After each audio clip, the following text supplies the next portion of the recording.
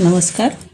आज आपण एक पोटभरीचा नाश्ता किंवा रात्रीच्या जेवणाची बटाट्याची एक रेसिपी पाहणार आहोत. त्यासाठी जवळजवळ आपण 3 पाव बटाटे घेतलेले आहे उकडून आणि ते स्मॅश करून घेतले.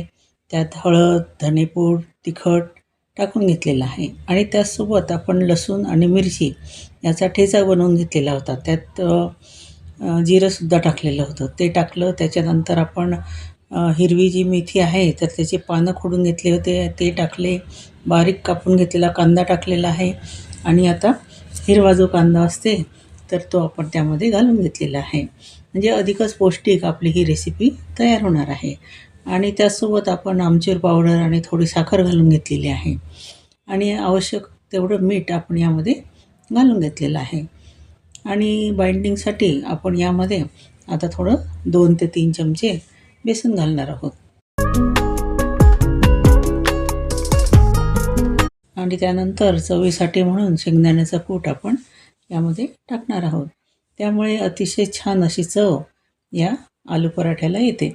तर आता हे सगळं सारण जे आहे तर ते आपल्याला छान मिक्स करून घ्यायचं आहे आणि छान असं हाताने एकत्र घालून आपल्याला छान असा त्याचा गोळे बनवून घ्यायचे आहे. आणि आपल्याला आलूच्या पराठ्यामध्ये आलू हे असे भरपूर असे टाकायचं आहे, म्हणजे सारण भरपूर आपल्याला घ्यायचं आहे. त्यानंतर आपण 2 वाट्या कणिक घेतलेले आहे आणि त्यामध्ये थोडं मीठ घातलेलं आहे आणि थोडं तेल त्या कणकेमध्ये घालून ते तेल सगळे कणकेला चोळून घ्यायचं आहे आणि आपण पाण्याच्या साहाय्याने गोळा तयार करून घेणार आहोत. तर आपल्याला ही कणिक ही थोडीशी घट्ट नाही भिजवायची. नेहमीच्या कणकेसारखी पोळ्यांना जी भिजवतो त्याच्यापेक्षा थोडी सैल आपल्याला ही कणिक भिजवायची आहे. आपण मीठ आणि तेलही त्यामध्ये घातलेलं आहे, त्यामुळे ही कणिक जेवढी पाहिजे तेवढी छान अशी लांबते. आणि आता आपण थोडंसं तेलाचा हात लावून हा गोळा बाजूला ठेवून देणार आहोत.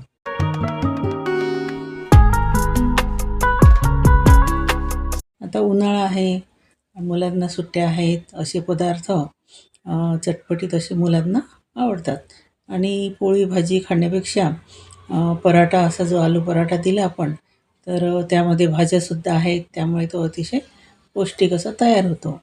आणि त्यासोबत आपण टमाट्याची चटणी केलेली आहे, त्यामुळे ते असं पूर्ण असं जेवण तयार होतं. आपल्याला भरपेट असा नाश्ता एखाद्या वेळेला करायचा असेल किंवा काही खाऊन आपल्याला बाहेर गावाला जायचं असेल तर त्यावेळेला आपण आलू पराठा करू शकतो किंवा रात्रीच्या जेवणासाठी सुद्धा आपण आलू पराठा करू शकतो.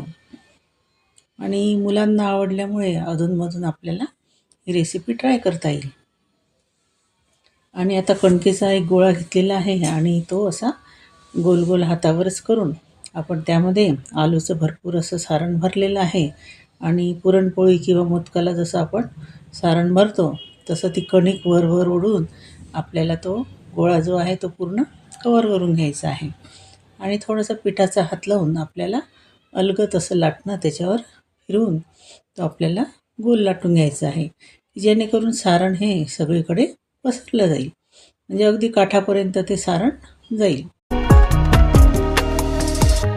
आणि एका बाजूला आपण तवा गरम करत ठेवलेला आहे आणि तो लोखंडाचा तवा आपण घेतलेला आहे, त्याच्यामुळे आपल्याला अगदी सुरुवातीला थोडंसं तेल खाली तव्याला लावून घ्यावं लागेल आणि थोडंसं मीडियम आचवर आपल्याला हा जो पराठा आहे तर तो छान शेकून घ्यायचा आहे.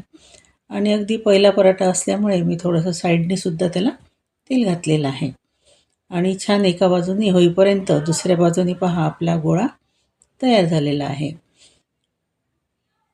हा लाटेपर्यंत आपल्याला तो दुसरा पराठा शेकून घ्यायचा आहे.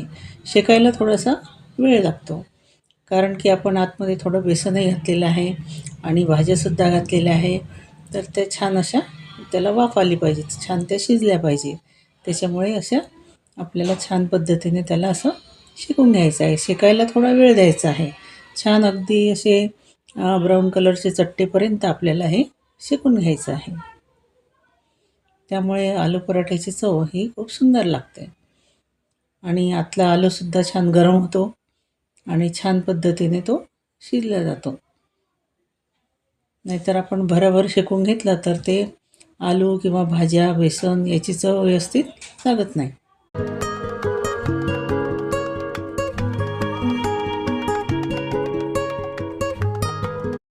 अशा पद्धतीने आपला आलू पराठा एक तयार झालेला आहे.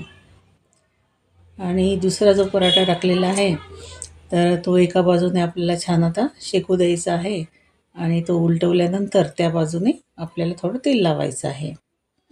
आणि अगदी आपण पाहू शकता की अर्धा अर्धा चमचा मी दोन्ही साईडने तेल घालत आहे आणि छान पद्धतीने ते तेल असं पसरवून आणि दुसऱ्या बाजूने सुद्धा आपल्याला तेल लावून घ्यायचं आहे. आणि हा आलू पराठा आपण चटणीसोबत किंवा सॉससोबत किंवा दही लोणचं याच्यासोबतसुद्धा खाऊ शकतो. मुलांना डब्यात द्यायलासुद्धा आहे अतिशय उत्तम असा पर्याय आहे. आणि अगदी लहान थोरांना सगळ्यांना हा आवडतो आणि अगदी पोटभरीचा हा नाश्ता म्हणा किंवा जेवणच होऊ शकते. तर अशा पद्धतीने पटापट आम्ही दोघींनी मिळून हे पराठे तयार केलेले आहेत. आणि माझी अशी ही साधी सोपी रेसिपी जर तुम्हाला आवडली असेल तर रेसिपीला लाईक करा, शेअर करा आणि कमेंट करायला विसरू नका. त्यासोबत चॅनलला सबस्क्राईब करा आणि बेल आयकॉनचं बटन नक्की दाबा. त्यामुळे नवीन व्हिडिओचे नोटिफिकेशन आपल्याला लवकरात लवकर मिळेल. धन्यवाद.